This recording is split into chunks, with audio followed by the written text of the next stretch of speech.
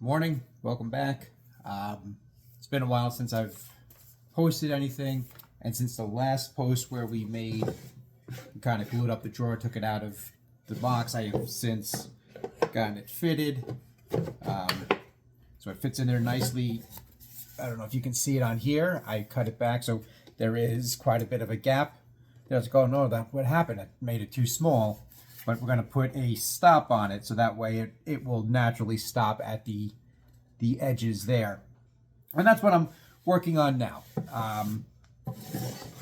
This is the board that I want to use right now. The outside of the box is made from mahogany, and it looks nice. I got a couple things to tear out, but I'm going to keep working from the bottom up, and I'll get to these when I get there. But there will be, and let's see if I can show us. I don't know how well that's going to come up. There's a diagram of the drawer, and there's a bar, a pull that goes all the way across, and it'll overhang. Let's see if I can demonstrate it.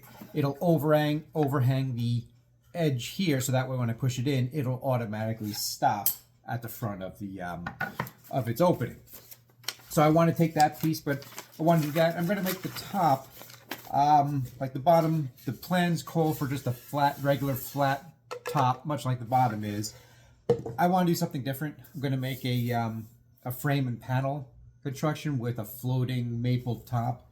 And I just think it's going to look better, and it's just how I want to do it. So that's how I'm going to do it.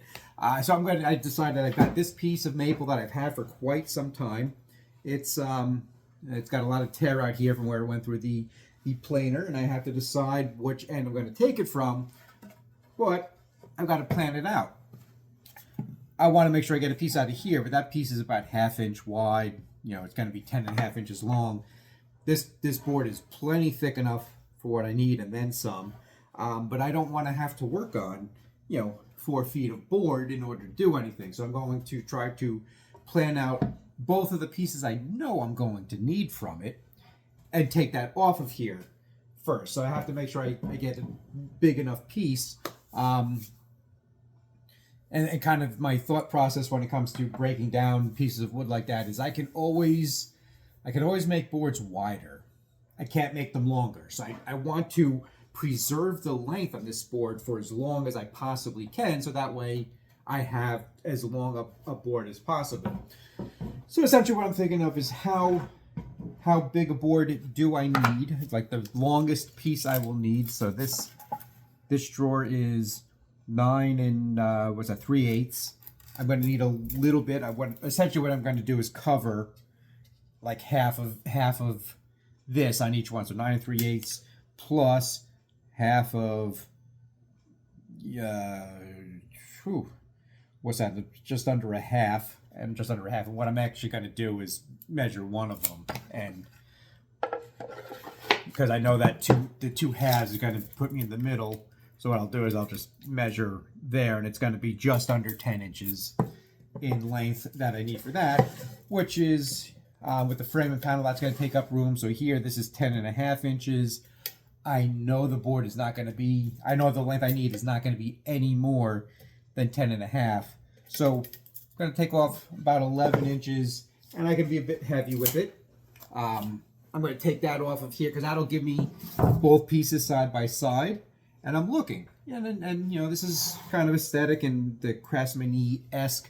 Like, I really like the looks of these cathedrals, and that'll be on the top if I do it right. So like right now, my initial thinking is if I get the little strip, the pull for the front, it's just going to be a little thing. I'm not really going to see the grain pattern, but the top, I'm going to be able to see that. And to me, that looks pretty cool. I like the way that looks. And then I'm going to compare it to this side, because I'm not going to take something from the middle because I don't want to make this board into 3 shorter boards. I want to take it off the end and then have the rest for another project. But I also kind of like the way the symmetry that this looks. So if I use this piece for that top, I think that also looks pretty nice as well.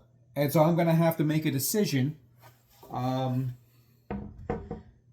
And I'm a bit, I'm going to be honest with you, I'm a bit torn at the moment because I don't know which one I like better. I do have this nut here that I'm not fond of, so if I can, you know, yep, it's been decided. I'm going to take it off of here, so that way this is closer to an end and more likely to be discarded if and when the time comes.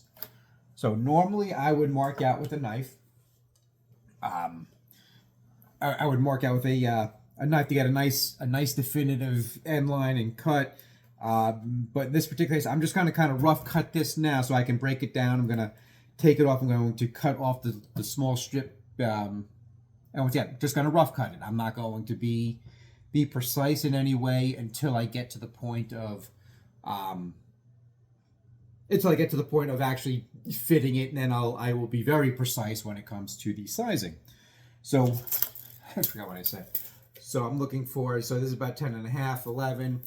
And because I'm a little bit conservative, I'm going to go 11 and a half right there. That'll give me some extra room, because eventually if I cut out of square, if this is out of square over here, if they're out of square, I can take off the edges and still not lose any length, because once again, I can make a board wider. I can't make it any longer, so I have to make sure that I'm doing this right. So much so that I'm just going to double check myself, to make sure that I do have it right, because I don't want to mess up at this point and then have to go back and take another piece off the board. And this is interesting. I got this here. It's my Lee Valley. This is the one I keep on my bench. It's only 10 feet, because when you're working with furniture, anything more than 6 feet is really unnecessary. You know, maybe a tall bookshelf may exceed that, but things that I'm working on in here, like if I was doing construction, this would be garbage. But let's see if you can read that here. It's from Lee Valley. Cabinet maker's tape. So a cabinet maker is kind of an old term for furniture maker. So if you ever go to like Colonial Williamsburg or something like that, the cabinet maker is the one that you probably made stairs, made cabinets, made tables, chairs, all the furniture that you would see in the house. And this says specifically for right-handers. And it's like, oh, well, that's weird. I didn't realize tape measures were different. So I've got this one. This is like the first one that I had. And, me being right-handed, I want to be able to write with my right hand. So I grab the tape in my left and I pull it across the board. And from my perspective, let's see if I can do this here. From my perspective, these numbers, I mean, from where you're looking, they're right. But from my perspective, I'm looking at this tape upside down. With this one, when I put it on there, let's lock that down. Now I'm looking at it right side up. And I just thought that was really cool. I've got one for construction as well. I don't know if the numbers are actually quite visible. Took me a while to find that. I realized most tape measures, I would say, are designed for left-handed people, which is quite rare. Most things in our society are right-handed based, but if I was doing construction or something like that, I want to mark it off with my right hand, and here it is, this tape. I've got to look at numbers upside down. Keep it on the bench just in case, but I hardly ever use it. I've modified this one slightly by taking off that belt loop, just because it just wasn't comfortable in my hand when I use it. And I tend to use a steel rule more, but that only goes up to 12 inches. So especially in this case where I'm rough cutting something, to me, it's super convenient to be able to hold out and look at the numbers in what is a natural fashion to me. So just an aside. No, that really didn't mean much. So what I'm going to do now, I have my mark. This is 11 and a half inches. I'm just going to strike a line here, and I won't do it to camera. I'll do it with one of the saw benches I have behind me. I'm just going to cut this piece off, and now I'm only working with a piece that's less than a foot long. Going to be a lot easier to put my vise and to work with. The other option, I could plane the whole board and get it all nice and flat and do all that, but it's what? Why? Because it would be good for the next time I use it, but I don't know what I'm going to use it for. So I'm going to take off that piece, and then I'm going to cut off.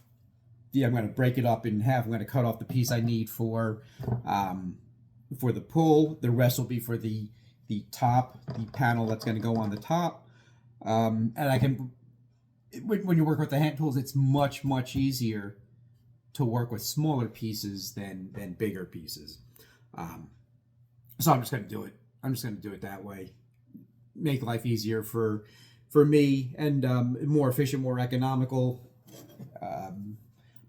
Again, I'm under no time constraints. It's just that's more enjoyable and the things you have to think about. All right, so out of all the sharpening I did since the last time I was here, because that's what I did, everything was sharpened. I did not sharpen my saws, which are over there.